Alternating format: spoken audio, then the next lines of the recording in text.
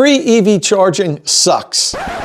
Well, what I really meant to say was free unlimited charging programs offered by manufacturers as an incentive to buy or lease their electric vehicle really sucks. And if they don't stop offering these programs soon, it's going to seriously impede EV adoption and keep people buying gassers. Wait a minute. Don't these free EV charging programs put people in EVs that would have otherwise bought a combustion vehicle? Yeah, they actually do. So you're saying that these free charging programs will slow down adoption, but they help put more EVs on the road. That doesn't make sense. Yeah, I know, but now let me explain. This video is powered by Qmerit, North America's leading provider of installation services for electric vehicle charging, home energy storage, and other electrification technologies. See how Qmerit is making the energy transition easy for home and business owners by following the link in the description of this video.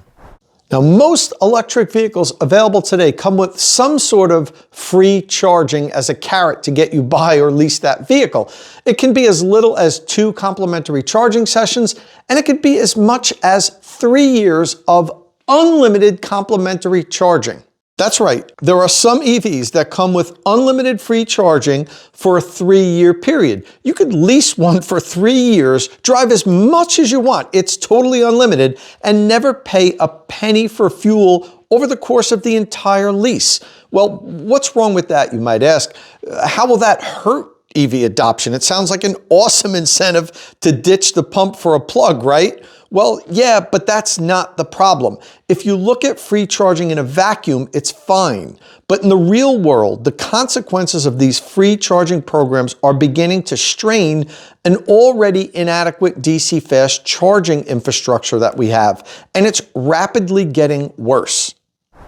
Now, first, let me say that this affects all major electric vehicle manufacturers except for Tesla. The weird thing is Tesla may have actually started this problem years ago. We'll get into that later, but for now, they're really not affected by it. That's because Tesla owns and operates its own network of high-speed DC fast chargers called superchargers that only Tesla vehicles can use here in North America. Now, Tesla is planning on opening the supercharger network for other electric vehicles to use, but so far that hasn't happened. When they eventually do that, it will certainly alleviate some of the problems we're seeing today caused by these free unlimited charging plans. I use DC fast chargers quite often when I do my charge recordings and my range tests, and I'll also use them maybe once a month when I go on a road trip. Normally I charge at home, and that's really what you should do. If you can charge at home, you should be charging at home and not using public charging infrastructure. Now, if you live in an apartment, that's fair game. You need to rely on public charging infrastructure. But those that can charge at home should, and for quite a few reasons. It costs less when you charge at home. It's much more convenient. You plug in at night and the car charges while you're sleeping. And it's also better on your battery. Frequent high-speed DC fast charging will cause excessive battery wear, and the battery will degrade faster than it would have if you regularly charged on a level 1 or level 2 charging source. Okay, get to the bones of it and explain to us how these free charging programs really hurt electric vehicle adoption. Okay, the problem is these free unlimited charging programs make people use DC fast chargers that wouldn't have otherwise used them. And not only do they use them frequently, but they stay there longer when they do. Now, why would they do that? Well, when you're on a road trip and using a DC fast charger, you typically charge to about 80%. That's when the EV charging really slows down on a DC fast charger, and it's not worth staying any longer unless you absolutely have to stay there to get to your next charging station or your destination. Even the charging stations themselves remind you that you should unplug at 80% because they give you the time to 80% charged. It's kind of a subtle hint to say, hey, only charge to 80% and then move on. But the people that have these DC fast charging unlimited plans frequently charge their EVs to 100% because they don't want to have to come back a day or two earlier. They want to come fully charged and then not have to worry about coming back for another week or so. And what happens is from 80% to 100%, sometimes it takes longer to charge than it did from like 20% all the way up to 80%. So now these EVs are not only using the stations frequently, but they're staying there even longer and they're clogging them up. Now, how do I know this? How do I know this is happening with people that have free unlimited charging plans? Now, I go to DC fast chargers frequently for a variety of reasons. Mostly it's when I do charge recordings. I also do a lot of range tests. So I'm there at these DC fast chargers a lot. And I make it a habit to just talk to people. I'll go up to people and ask them while they're here. Of course, I'll introduce myself as a journalist and asking questions about charging for articles so they don't think I'm just some weird guy trying to talk to them. And I always ask people, do they live close by? Do they have level 2 charging at home? What type of charging equipment do they have at home? And all this, I kind of feel them out, particularly the owners of the vehicles that I know have free unlimited charging plans. And I ask them about this. Do you charge at home? Do you only come here? And I have to tell you, I know it's, not a scientific poll, but better than 60% of the people that I talk to are only at the charging station because they have a free unlimited plan. Many of these people live really closely and can charge at home. They have level 2 charging at home, but why do that when they can get it for free? And don't take my word for it. Let Gary tell you about this. So I'm here with my friend Gary, who I've seen here a few times before. We've chatted when we come here. So Gary's got a beautiful Hyundai Ioniq 5, and he's charging it at Electrify America. But Gary lives about 7 miles from here, and Gary told me he can charge at home, but he comes here. Now, why is that? Well, I come here because Electrify America gave me a couple of years free with the purchase of the car, and I meet the nicest people here. So you could charge at home, but you come here because it's free. You love that perk. Absolutely. Now, I knew this had been going on for a while and that it was starting to become a bigger and bigger problem as more EVs hit the road, more owners had these free unlimited charging plans. But about 4 months ago, I think it was really the turning point for me when I really said, look, I have to do a video. I have to talk about this because this is becoming an enormous problem. And let me tell you what happened. I had just finished up a range test and I went to the Bridgewater, New Jersey Electrify America site. There's 3 DC fast chargers at the site, and one of them seems like it's always broken. That's a entirely different story. We need more reliable charging stations, but let's set that to the side for now. So there's 2 functioning DC fast chargers. And when I pulled up, I happened to get lucky where an ID4 was just pulling out. There were 2 ID4s charging, but one was just leaving. So I was able to pull in and plug in. Now I was only going to stay there for a couple of minutes, maybe 10 or 15 minutes, because I just wanted to get enough juice to get home. And I was pretty much at 0. I just finished a range test. And before I could even plug in, another ID4 pulled up and parked next to me. He was going to wait for one of us to finish. So I plugged in, and as I start charging, I tell you, within a minute or so, a Polestar 2 pulls up and parks next to him, and they're waiting in the queue, which is happening more and more lately. And I tell you, 2 or 3 minutes later, I see a white BMW i4 pull up, and this person doesn't park. They just kind of parked parallel to the charging stations, and we're looking and trying to figure out if the one that was black was working because the screen was blacked out, it was broken. And I walked over to the car and I told her, don't even try to go over there. It's not working. And I said, unfortunately, this ID4 is next, then the Polestar 2 is next. I'm going to be leaving soon, but you're too deep waiting. I don't know when this guy's going to leave. It was another ID4 that the person wasn't even in the car, and the car was at like 30% state of charge. They were probably inside. This is at a Target location. So they were probably there for a while.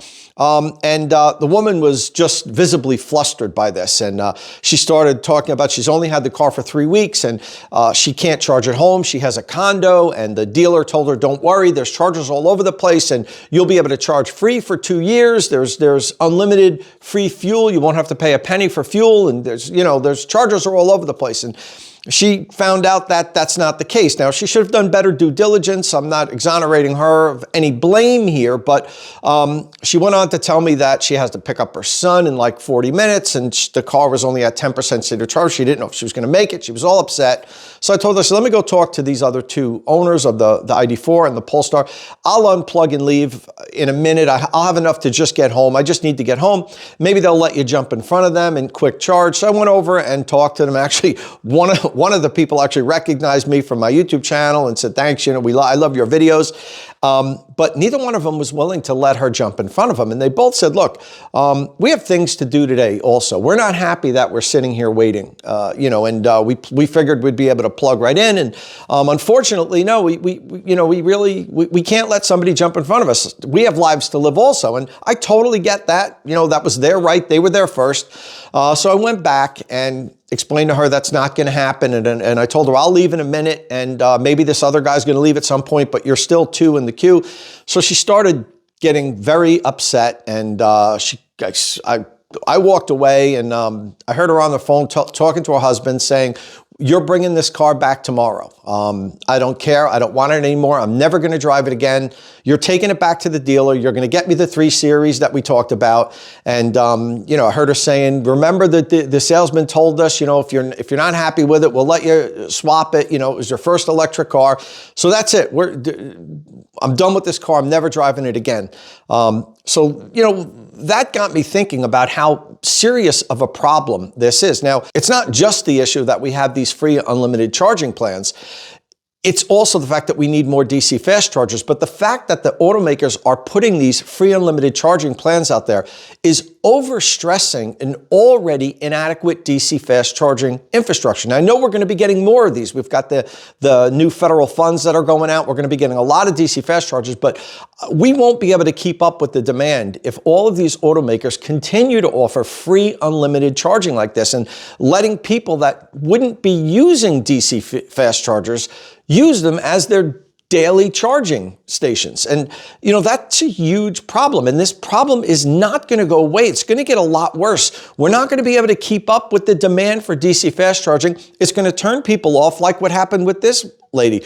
I'm sure she has friends. She's going to tell her friends, don't get an electric car. It's terrible. You can never charge them. It was the worst experience I ever had. So the manufacturers have to understand they're creating a monster here with these unlimited DC fast charging plans, and it's unnecessary. You don't need to give away free charging to sell electric vehicles. People want them as it is. There's backlogs of EVs. You can't even buy one now. The demand is far outstripping the supply. All these automakers don't give away 3 years of free gasoline to sell their cars, do they? They don't have to give away free electricity, and they'll sell just as many EVs. Now, this problem has been getting worse and worse. It's to the point now where every time I open up my Electrify America app, the charging stations in my area are full. And if they're not all full, at least 1 or 2 of them in the area is. And you know what? If I head to the one that's not full, while I'm en route, the full sign pops up and people have to queue up and wait. Now, EV charging already takes longer than refueling a combustion vehicle. If people have to sit there and wait for 40 minutes before they can even plug their EV in, that's going to be an enormous deterrent. People are not going to want EVs if it becomes that cumbersome just to charge the things up on a road trip. So do I blame the network operators like Electrify America and EVgo for partnering with the OEMs to offer these free unlimited charging plans? No, not at all. I blame them for not installing more plugs per location and also for not keeping the sites up and running as well as they should. There's a lot of problems with broken charging stations today. But this isn't their fault at all. Look, they get paid a lot of money from the manufacturers to offer these programs, and they get paid for every vehicle that gets registered and put on the road. And that way they make a lot more money per vehicle than if they were just getting revenue from the customers when they use the network, because, well, they would be using the network a lot less than they are now, which is the problem we have. This problem falls directly on the shoulders of the auto manufacturers. In their effort to gain a competitive edge over the competition, they offer these free charging deals. It's short-sighted, and while it may help this quarter's sales, it's creating an enormous issue that will eventually hinder their future sales because their customers are finding it harder and harder to access working, available DC fast chargers without having to wait long to plug in. And as I said earlier, Tesla customers really aren't affected by this because they have their supercharger network, but they may be responsible for actually starting this whole problem to begin with. And that's because when Tesla first started selling its first mass-produced car, the Model S, they initially offered free unlimited supercharging for life, and the customers absolutely loved it. But Tesla soon realized the policy encouraged abuse and was just unsustainable, so they ended it in 2018. But that started it. And other electric vehicle makers noticed how customers were sharing their stories on social media, how it was fantastic to get free charging. So they implemented these policies. And then it became one company had to up the other company. And well, if Mercedes offered it, then Audi had to offer it. And now it's becoming almost a standard to offer these free unlimited charging programs.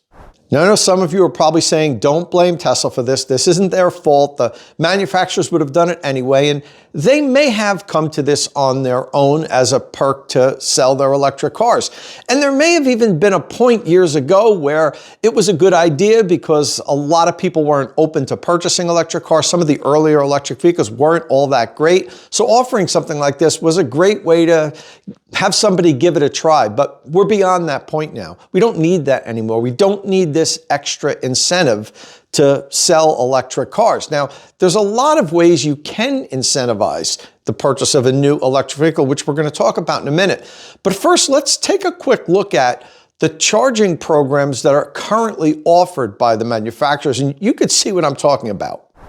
Okay, let's first start out with the 3-year unlimited charging plans available on the Electrify America network. We have the Volkswagen ID.4, the Porsche Taycan, the Audi e-tron GT, and the Lucid Air. Now, it is notable to point out that Volkswagen, Porsche, and Audi are all owned by the Volkswagen Group.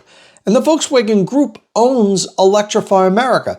So this is kind of like taking money from one hand and putting it into another. So with these companies, it doesn't surprise me that they would offer some sort of a program like this.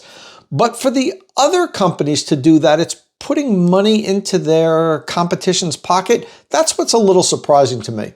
Now let's take a look at the 2-year unlimited charging plans that are currently available. All of BMW's fully electric offerings, not their plug-in hybrids. This is their fully electric cars. That includes the BMW i4, the iX, and the i7. They all come with 2 years unlimited charging. The Polestar 2.